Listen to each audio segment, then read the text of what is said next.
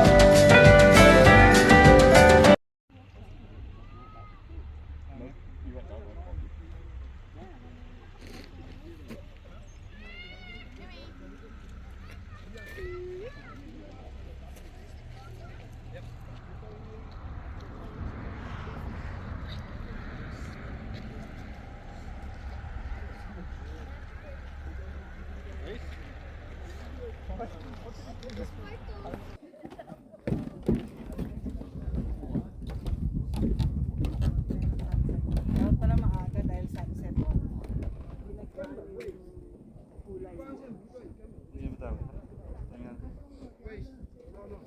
Parang di na tubig yun. What's in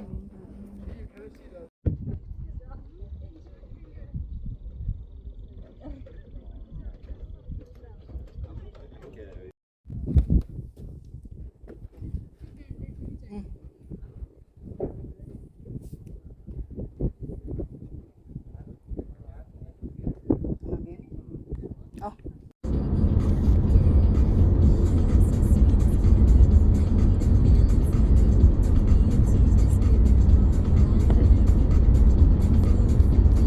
Tapos malalagpasan natin yung sky.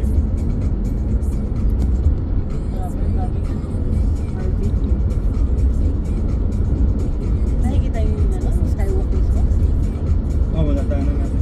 Hindi nakikita mo mismo na yung skywalk? Sa daanan natin.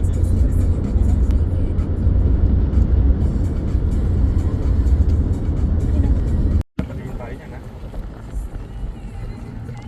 Oh, laki. Iba yung kanina eh.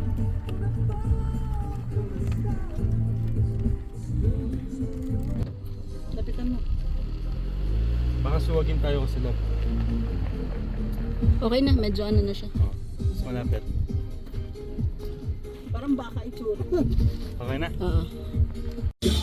Titigil ako. Teka lang, teka lang.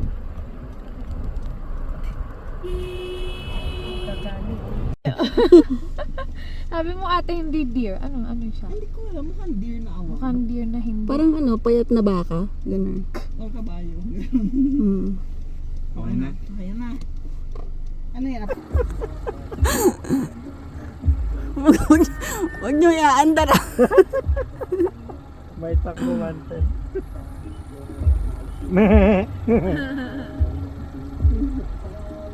Muna. May isa pa doon, no? May pinipicturean pa doon. Kuya, Saan na? doon oh. Ayun oh.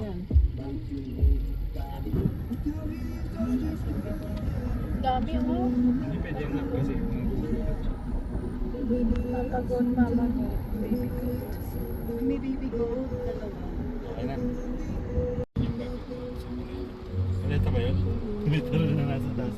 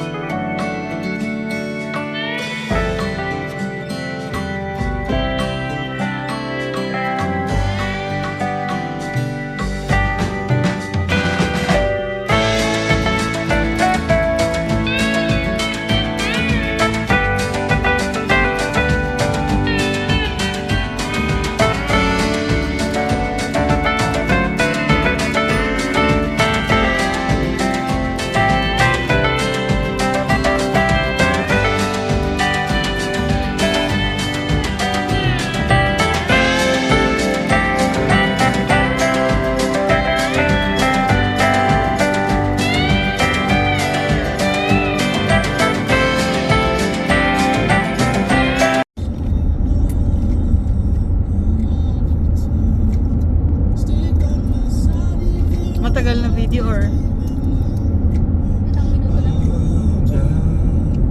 Don't you worry, I'll be there whenever I'm under. Ito naman siya. Uy, tunghay.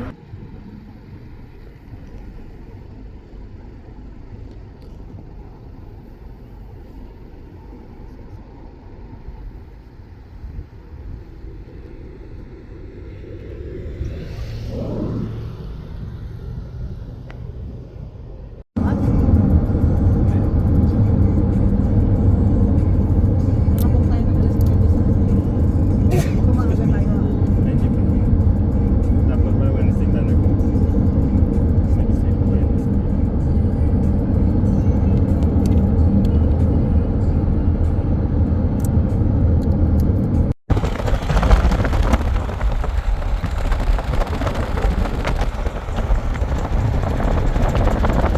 May bata.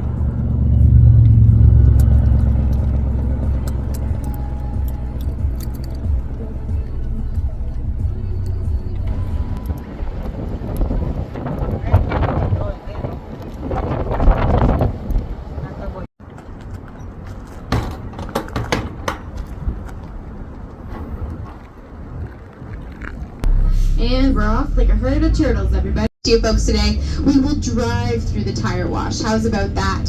So this is melt water that naturally accumulates, and we are going to be using it to wash all the dirt off of our wheels, so we're not tracking anything onto the glacier. We're keeping that albedo value nice and high. We're keeping that ice nice and reflective.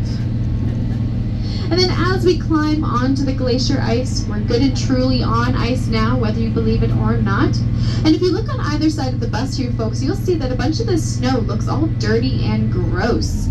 This is called cryoconite, and cryoconite is deposited ash and material from the surrounding environment. Now this ash comes from the really hot and dry summer that we've had so far. So this spring has been a lot drier than it usually is. So we've had a lot more forest fires than we usually have at this time of year.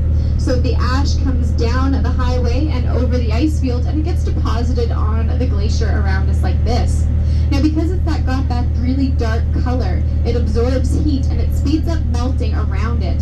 So we get something called a dirt cone, which you'll see appear on the right-hand side of the bus. There's another one a little further up.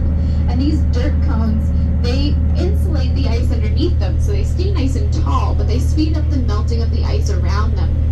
So we get these little formations. And I like to think of them as the Athabasca Glacier making us a little sand castle. Pwede yung nanonood.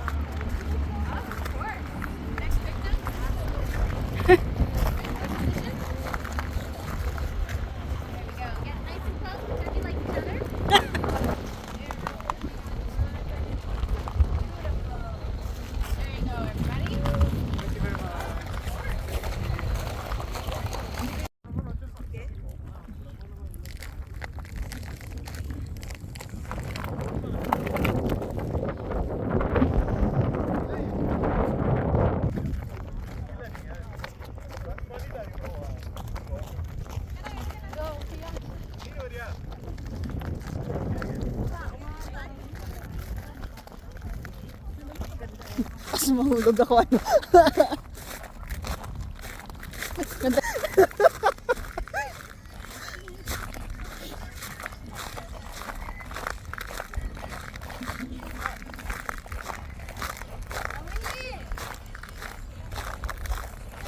Nasakay sa bus.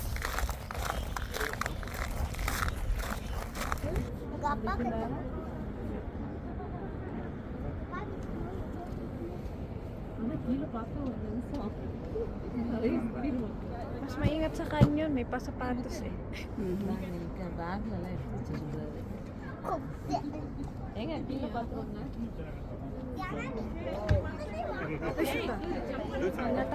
Wala.